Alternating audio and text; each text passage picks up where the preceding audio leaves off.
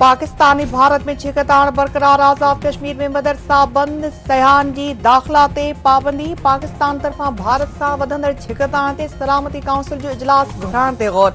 गडियल क़ौमुनि में पाकिस्तान जे मुस्तक़िल नुमाइंदे आसिम इफ्तिखार जो चवण आहे त मुनासिब वक़्त ते सलामती काउंसिल जो इजलास घुराइण जी दरख़्वास्त ॾिनी वेंदी। हिक वाक़े खां पोइ पैदा थियल सूरतहाल इलाइक़ाई आलमी अमुन ऐं सलामती लाइ ख़तरो आहे।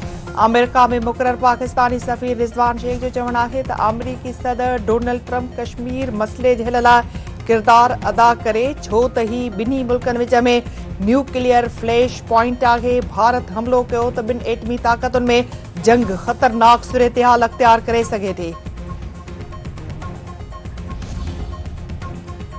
वज़ीर आज़म शहबाज शरीफ़ चयो आहे त भारत जे चिड़ ॾियारींदड़ कार्रवाइनि बावजूद पाकिस्तान जो रद्द अमल ज़िम्मेवाराणो आहे। भारत पाकिस्तान जे पहलगाम वाक़े में मुलविस हुअण जो सबूत ॾियण में नाकाम थी वियो आहे। दहशतगर्दी ख़िलाफ़ जंग में पाकिस्तान अज़ीम क़ुर्बानियूं ॾिनियूं आहिनि। भारतीय कदम पाकिस्तान जी दहशतगर्दी ख़िलाफ़ कोशिशुनि तां ध्यानु हटाइण जी साज़िश आहे।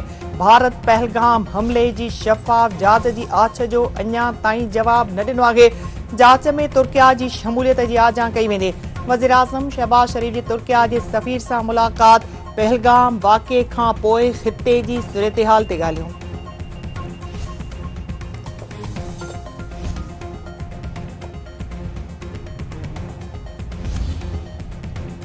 पाकिस्तान तरफां ज़मीन खां ज़मीन ताईं मार कंदड़ अब्दाली मिसाइल जो कामयाब तजर्बो। ISPR जो चवण आहे त अब्दाली मिसाइल जी रेंज 450 किलोमीटर आहे। तजर्बे जो मक़सद दिफ़ाई तयारियुनि जो जाइज़ो वठणु आहे। जदीद नेविगेशन सिस्टम में बेहतर चालाकी अब्दाली मिसाइल जी नुमाया ख़ासियत आहे।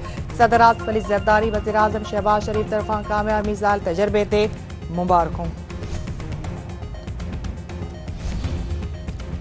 पाकिस्तान तरफां परदेही मीडिया खे लाइन ऑफ कंट्रोल जो दौरो कराइण जो ऐलान। अता तारण जो चवण आहे त भारत जी कंहिं बि अगराई जो फौरी ऐं मुंहुं तोड़ जवाब ॾिनो वेंदो। दुनिया जी कंहिं बि क़िस्म में दहशतगर्दी जा वाक़िया क़बूल न आहिनि। दहशतगर्दी जे ख़ात्मे लाइ मज़बूत कोशिशूं जारी रहंदियूं।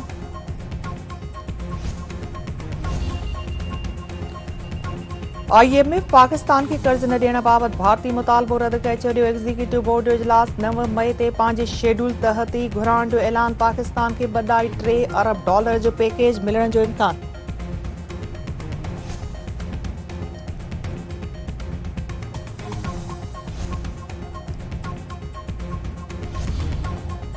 सिंध यूनाइटेड पार्टी जे सदर ज़ैन शाह जो आहे त ताक़त ज़रिए कैनाल मरण सिंध ख़िलाफ़ जंग जो ऐलान हूंदो। तकरारी कैनालनि जी रिथा खे लखें माण्हुनि पुरअमन जिदोजहद ज़रिए रद्द करायो आहे।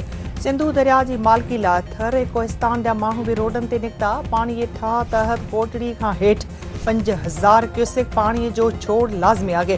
हुक्मरान मुआहिदे जी भञकड़ी करे रहिया आहिनि। सिंध जी ज़मीनुनि जी वापसी ऐं सामूंडी पटीअ जी हिफ़ाज़त लाइ बि तहरीक हलाई वेंदी। सिंध जे मुख़्तलिफ़ शहरनि में सावणी जो पहिरियों वसकारो। मुख़्तलिफ़ हादसनि सबबि हिकु ॼणो फ़ौत, 8 खां मथे ज़ख़्मी। हैदराबाद हाला वाही पांदी गोरखियल स्टेशन। कुबैस सईद खान तलहार ॿियनि हंधनि ते बरसात। ठटे झंपीर नूरियाबाद मीरबाग गोटाणी कड़े घंवर शेख भिरके ऐं ॿियनि शहरनि में तूफ़ान। गर्मी जो ज़ोर टुटी वियो। केतिरनि ई हंधनि ते बिजली बंदि। बाकराणी वेझो चइनि घर भातियुनि जे क़त्ल जो निबेरो। जवाबदार धुर ते 1.37 करोड़ रुपया ॾंड।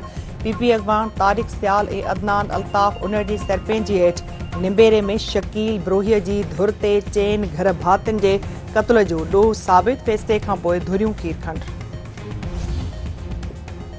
ऐं चूहड़ जमाली वासी अगवा थियल शागिर्द कराची मां बाज़ियाब। पुलिस कार्रवाई करे शागिर्द मोहम्मद यूनिस चांडियो खे बाज़ियाब कराए वरितो।